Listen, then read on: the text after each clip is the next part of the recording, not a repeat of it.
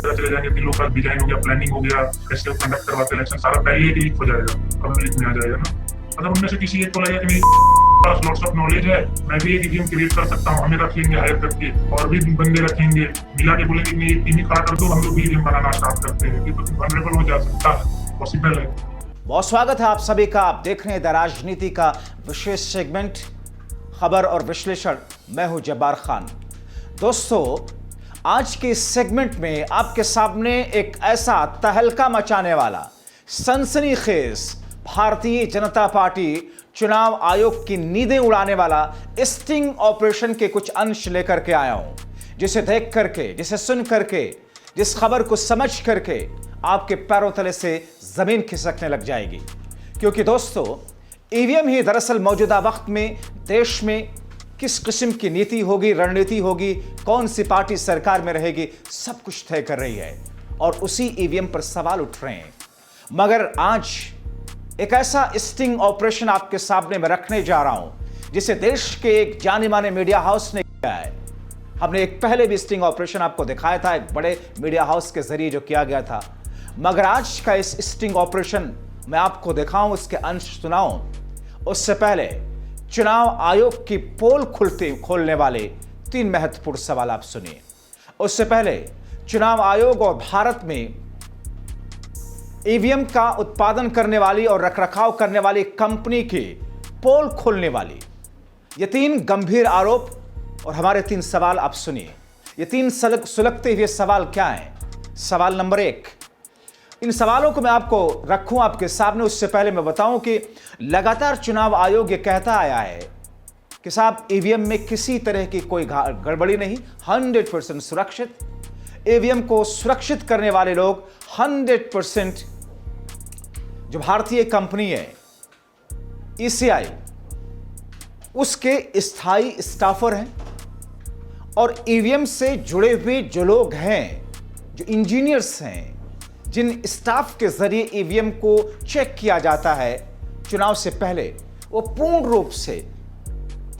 रूप से ऑथेंटिकेटेड होते हैं, सब कुछ ठीक होता है। लेकिन उससे पहले हम आपको आज ये 3 सवाल सबसे पहले दिखाते हैं कि हमारे 3 सवाल क्या है। सवाल नंबर 1, चुनाव आयोग क्यों ये कह रहा है, सुप्रीम कोर्ट समेत सभी को गुमराह कर रहा है कि केवल अधिकृत इंजीनियर्स को ही चुनावी ड्यूटी पर तैनात किया जाता है, जबकि ऐसा नहीं है। सवाल नंबर 2, चुनाव आयोग क्यों नहीं मानता कि वह शॉर्ट टर्म कॉन्ट्रैक्ट पर इंजीनियरों को नियुक्त करता है, क्योंकि कहा यह जाता है कि शॉर्ट टर्म कॉन्ट्रैक्ट पर इंजीनियर्स नियुक्त नहीं किए जाते, परमानेंट स्टाफर होते हैं। सवाल नंबर 3, जब राष्ट्रीय सुरक्षा का हवाला देकर चुनाव आयोग ईवीएम और वीवीपैट को टॉप सीक्रेट रखता है, तो क्यों कम प्रशिक्षण वाले कॉन्ट्रैक्ट वाले इंजीनियर इन मशीनों पर काम करने के लिए रखे गए?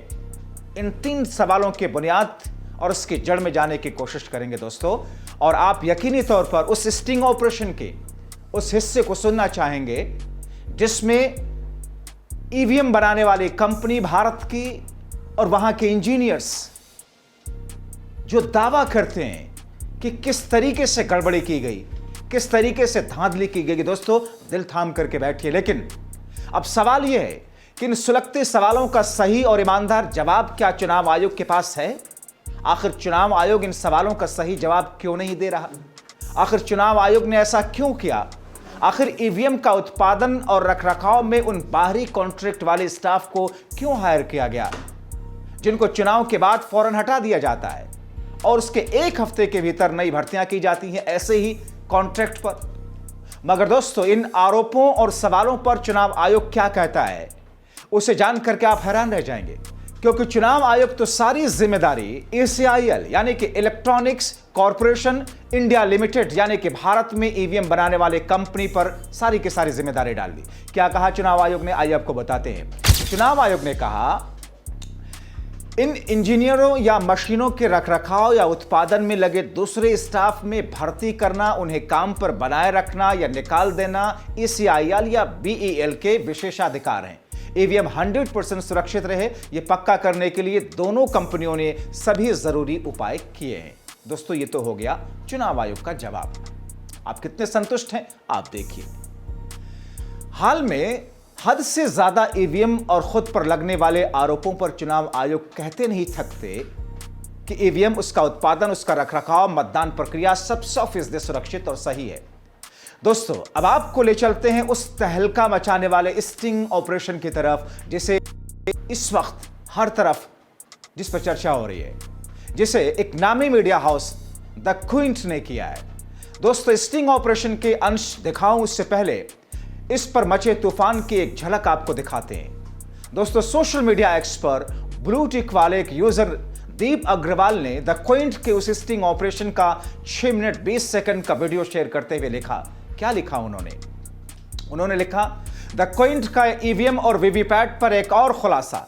द क्विंट ने ईवीएम बनाने वाली company electronics corporation of India limited यानी कि ECIL, जो चुनाव आयोग के लिए ईवीएम का निर्माण करती है, उसके लिए ठेके पर काम करने वाले इंजीनियरों से बात की तो उन्होंने बताया कि कंपनी ने और उन्होंने ठेके पर रखा था उसको, और हम पर दबाव डाला था कि किसी को पता नहीं चलना चाहिए कि वो कंपनी के पक्के कर्मचारी नहीं है, वो ईवीएम भी बना सकते हैं और सिंबल लोडिंग यूनिट यानी कि SLU से ईवीएम को हैक भी कर सकते हैं। इसका मतलब चुनाव आयोग देश और सुप्रीम कोर्ट से झूठ बोल रहा है कि उसकी ईवीएम्स पूरी तरीके से सुरक्षित हैं। ये झलक जो कि मैंने आपको दिखाई, दरअसल दोस्तों सोशल मीडिया पर ये चर्चाएं तो तेज हैं इस स्टिंग ऑपरेशन के बाद में। अब दोस्तों, आप दिल थाम करके देखिए स्टिंग ऑपरेशन के तहलका मचाने वाले उस अंश को। आपको उस स्टिंग ऑपरेशन का वो अंश दिखाते हैं जिसमें ECIL द्वारा कॉन्ट्रैक्ट पर हायर किए गए इंजीनियर चुनाव आयोग के झूठ और गड़बड़ झाला को बता रहे हैं। यह हैरान करने वाली बात है कि चुनाव के समय ईवीएम और वीवीपैट के फर्स्ट लेवल चेकिंग और रखरखाव के लिए अलग से बाहर से कॉन्ट्रैक्ट पर लोगों को हायर किया गया और उन्हें चुनाव में लगी दूसरी टीमों और अधिकारियों के सामने यह छुपाने के लिए कहा गया। मतलब चुनाव के समय तैनात डीएम और दूसरे अधिकारियों के सामने खुद के बारे में बताने से उन्हें मना कर दिया गया। आप खुद सुनिए। कंपनी वाले में जब ट्रेनिंग होती है तो मशीन के बारे में कम बताते हैं, बल्कि आपको उन लोग के सामने कैसे रिप्रेजेंट करना है खुद को ECIL के लिए वो ज्यादा बताते हैं। तो ये जो डीएम है या जो भी इलेक्शन ऑफिसर है, इनके सामने क्या ये बोलने को मना करते हैं कि आप लोग परमानेंट नहीं है? बिल्कुल बिल्कुल, ये लोग मना करते हैं हम लोग। अभी मतलब मैं पूछ लीजिए पूरा इंडिया में जितने भी डीएम में भी शायद किसी को पता हो कि ये लोग कॉन्ट्रैक्ट वाले हैं। दोस्तों, इसी स्टिंग ऑपरेशन में ऐसे ही एक और कॉन्ट्रैक्ट वाले इंजीनियर ने यह सच छिपाने की पुष्टि की है। खुद सुनिए क्या कह रहे हैं। वो बताते हैं कैसे कि उन्हें रोका गया कि इस सच को बताया ना जाए अधिकारियों के सामने या किसी दूसरे के सामने। मना करते हैं इसलिए क्योंकि उन्हें ये लगता है कि अगर हम अपना डेजिग्नेशन बताएंगे कि हम कॉन्ट्रैक्ट पर हैं तो मे बी एडमिनिस्ट्रेटिव हो सकता है वो काम करने से मना कर दे कि हम ये इनसे काम नहीं करवाएंगे कॉन्ट्रैक्ट पर। दोस्तों, आपके जहन में ये सवाल होगा कि आखिर उन कॉन्ट्रैक्ट पर हायर किए गए इंजीनियर्स को इस सच को छिपाने के लिए क्यों कहा गया? ECIL ने क्यों मना किया उनको कि जिला अधिकारी हो, डीएम हो, दूसरे अधिकारी हो, उनके सामने इस बात को आने नहीं देना है कि आप स्टाफ और नहीं हैं, आप बाहर से तैनात किए गए? क्योंकि दोस्तों, दावा यह है कि कॉन्ट्रैक्ट पर हायर नहीं किया जाता है, जो हैं पूर्ण रूप से वो उनके ECIL के स्टाफर हैं। दोस्तों, द क्विंट की रिपोर्ट के अनुसार इन दोनों इंजीनियर ने झारखंड और 2019 के लोकसभा चुनाव के साथ साथ झारखंड और दिल्ली के चुनाव के लिए भी काम किया। हर चुनाव से पहले उनका पहला काम ईवीएम और वीवीपैट फर्स्ट लेवल चेकिंग यानी कि FLC का करने का था, जो किसी चुनाव से करीब 6 महीने पहले शुरू होता है। मगर द क्विंट की रिपोर्ट कहती है कि 2019 के लोकसभा चुनाव के दौरान ठीक से FLC नहीं किया गया, फर्स्ट लेवल चेकिंग नहीं की गई। FLC में 96 वोट डाला जाता है, होता था 25 के बाद कोई मशीन में प्रॉब्लम आ गई तो भी उसे कंप्लीट कर दिया है कि नहीं मशीन ओके है, ऐसा भी होता था। 96 तो डालना ही चाहिए और ये भी था। बाकी अगर एरर्स आ भी गए तो भी उसको वो अप्रूव कर दे रहे थे कि हाँ ये सही है मशीन। दरअसल दोस्तों, चुनाव के पहले या उस दौरान ईवीएम और वीवीपैट की जांच की जाती है, जांचा परखा जाता है कि कहीं उसमें कोई कमी तो नहीं, ताकि मतदान में किसी भी तरह की गड़बड़ी की आशंका ना रहे। अगर खराब मशीन या मशीन में गड़बड़ी की पहचान नहीं की जाती है तो मतदान के दौरान खराबी के जो रेट है वो ज्यादा होते हैं। मगर दोस्तों, द क्विंट की इस स्टिंग ऑपरेशन में जिन दो इंजीनियरों ने खुलासा किया है, उनका दोनों चुनाव के बाद यानी कि झारखंड और विधानसभा चुनाव के फौरन बाद दिल्ली के मई 2020 में 187 दूसरे इंजीनियरों के साथ ही उनका कॉन्ट्रैक्ट खत्म कर दिया गया। अब सोचिए, जहां पर यह बात कही जाती है कि वहां पर बाहर से लोगों को वक्ती तौर पर हायर नहीं किया जाता, सब कुछ उनके ट्रेंड इंजीनियर होते हैं, स्टाफर होते हैं, मगर 187 इंजीनियर्स जिन्हें बाहर से हायर किया गया था, चुनाव के बाद 1 हफ्ते के बाद उनको हटा दिया गया। और उससे बड़ी हैरानी की बात यह कि इन 187 इंजीनियरों के कॉन्ट्रैक्ट खत्म करने के 1 हफ्ते बाद ही ECIL ने नई भर्ती के लिए भी विज्ञापन जारी कर दिया। में रिमूव किया गया, टर्मिनेट किया गया। विदिन 1 वीक में रिक्रूटमेंट आई 70 TOC के लिए, टेक्निकल ऑफिसर्स ऑन कॉन्ट्रैक्ट। तो मतलब ये सब एक्सपीरियंस्ड लोगों को रखा गया जो नए हैं? नो एक्सपीरियंस में, इस काम में कोई एक्सपीरियंस नहीं। दूसरे इंडस्ट्री का उन लोगों ने जो रिक्रूटमेंट निकाला था उसमें मेंशन किया था कि हमें 1 ईयर एक्सपीरियंस चाहिए, कोई भी मतलब किसी भी इंडस्ट्री में काम किया हो बंदा होना चाहिए, बट वो लोग प्रोसीजर फॉलो नहीं करते। अब जो नए बंदे रिक्रूट किए गए उनकी भी ट्रेनिंग वैसे ही 1-2 दिन की होगी? हाँ बिल्कुल, कोई मशीन का बेसिक मतलब बता रही है, ये CU है, ये BU है, ये VVPAT है, इसमें क्या चीजें हैं, ये बटन है, ऐसे टेस्ट करना है आपको, FLC में जाके इस तरह से करना है। अगर वहाँ पे कोई एडमिनिस्ट्रेशन पूछे तो आपको कभी नहीं बोलना है कि कॉन्ट्रैक्ट वाले हैं, बोलो परमानेंट है। दोस्तों, द क्विंट की रिपोर्ट कहती है कि उन्होंने ECIL ने 187 अनुभवी इंजीनियरों के कॉन्ट्रैक्ट को क्यों खत्म किया और फिर नई भर्ती के लिए विज्ञापन क्यों दिया। इस पर चुनाव आयोग से उन्होंने सवाल किया, मगर ECIL की तरफ से अभी तक जवाब नहीं दिया गया। दोस्तों, इस स्टिंग ऑपरेशन को ध्यान में रख करके अब आप जज कीजिए, आप सोचिए कि आखिर गड़बड़ झाला कितना है, कितने बड़े हैं। इस पूरे मामले को लेकर के ECIL यानी कि जो कंपनी, भारत की जो कंपनी EVM का उत्पादन करती है या फिर उसका रखरखाव करती है, वो किस तरीके का गड़बड़ झाला कर रही है, चुनाव आयोग इस पर किस तरीके का झूठ बोलता है। इस रिपोर्ट और द क्विंट की इस रिपोर्ट और स्टिंग ऑपरेशन ने एक एक करके पर्दाफाश कर दिया।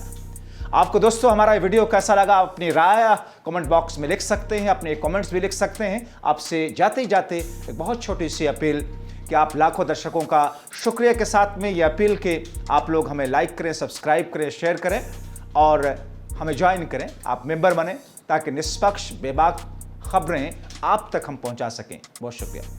चले जाएंगे कि लोग डिजाइन हो गया, प्लानिंग हो गया, कैसे कंडक्ट करवाते इलेक्शन, सारा पहले ही लीक हो जाएगा, पब्लिक में आ जाएगा ना।